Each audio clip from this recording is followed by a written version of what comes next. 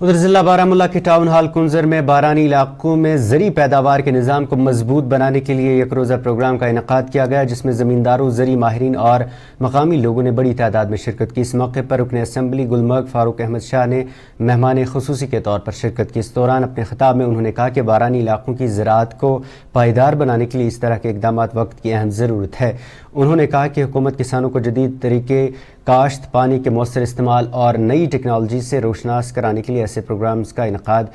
کر رہی ہے تاکہ ان کی آمدنی میں اضافہ اور زرعی پیداوار بہتر بنائی جا سکے۔ اگر اس کا انسان گورنمنٹ کی کوشش ہے کہ اس میں جو بھی ہمارا پوٹینشیل ہے، ایگریکلچر، ہارٹیکلچر یا ہمارے جو فشریز ہیں، سیریکلچر، اس کو پوری طرح سے ہم یوٹیلائز کریں۔ حال ہی میں جو بجٹ میں بھی کافی اس میں اعلانات ہوئے so far agriculture sector is concern, because agriculture کا جہاں تک تعلق ہے، it gives employment in majority of our population. Tourism کا میں مانتا ہوں بہت سے جو ہے علاقوں میں زیادہ ڈپینڈنٹ ہیں لوگ ٹورزم پر، لیکن موسٹلی ہمارے جموں کشمیر میں زیادہ لوگ جو رورل ایریاز میں رہتے ہیں وہ ایگریکلچر سے وابستہ ہیں۔ جہاں میں اپنے علاقے کی بات کروں گا، there is huge potential, trust me۔ میں یہ کہوں گا، میں بارہا کہتا ہوں کہ Switzerland can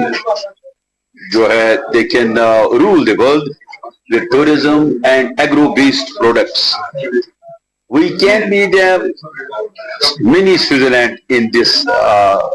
part of the world. Culture Research Stations Coast Kashmir نے آرگنائز کیا 1 day ٹریننگ پروگرام، جس کا ٹائٹل تھا strengthening of rain fed production system for sustainable agriculture. تو یہاں پہ یہ under GTP project number 15 rain fed area development کی وسادت سے ہم آئے ہیں، اور اس میں ہمارے ڈسٹرکٹ بارہمولہ کے جتنے بھی رین فیڈ ایریاز ہیں 50 فارمرز کو انوائٹ کیا تھا، اور ان کو ہم نے نئے جو ٹیکنالوجیز ہیں، soil water conservation, inclusion of livestock for in their crop system for enhancing productivity, اور اس میں فارمرز کو اس کا مین آبجیکٹو تھا کہ ہم فارمرز کو امپاور کریں